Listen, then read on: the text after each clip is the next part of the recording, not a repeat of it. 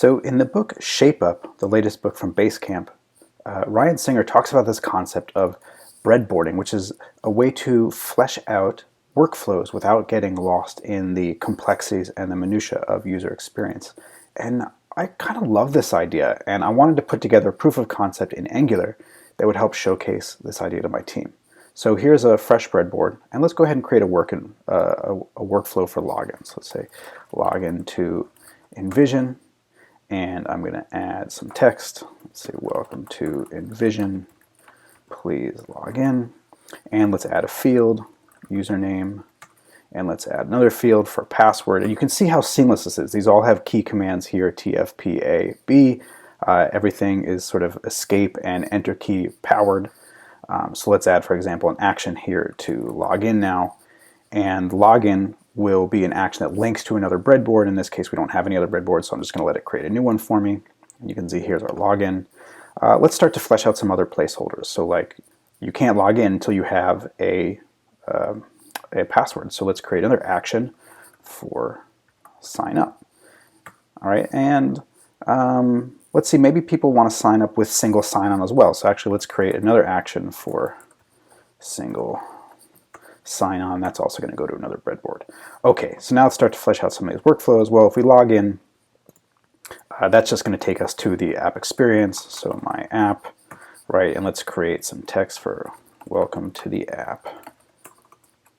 Have an awesome time, right? And then let's add another action here for sign out, right? And we know that sign out is going to go back to our login, right? Okay, great. So now if I shift click, you can see that now we have a working workflow for login and sign out. So let's go ahead and create our sign up, and here we could say sign up for InVision, right? And let's add our fields, name, another field, email, another field, password. You can just see how easy this is. Actions, let's say sign up, and this will just take us back to our My App experience, right? And now, so you can see now we have our sign up, fields, sign up, sign out, right? And for something like single sign in, let's say single sign on, right? And again, we'll just create some buttons here. Oops, not buttons, actions. So let's say sign in with Okta, and that'll just go to the My App experience. Then let's add an action for sign in with Facebook, and that'll just go to the My App experience as well. And another one, sign in with Twitter, and that'll go to the My App experience as well. And let's say maybe we want Facebook to be prevalent, the social medias to be prevalent over Okta, so we can just reorder those. And let's see, what else do we need? Well, in login, let's also create a forgot password. So again, we'll create another forgot password. And we don't have a breadboard, so we'll just let it go to a new breadboard. And let's just shift click through this. So now we can say forgot password. Actually, this will be like, what is it?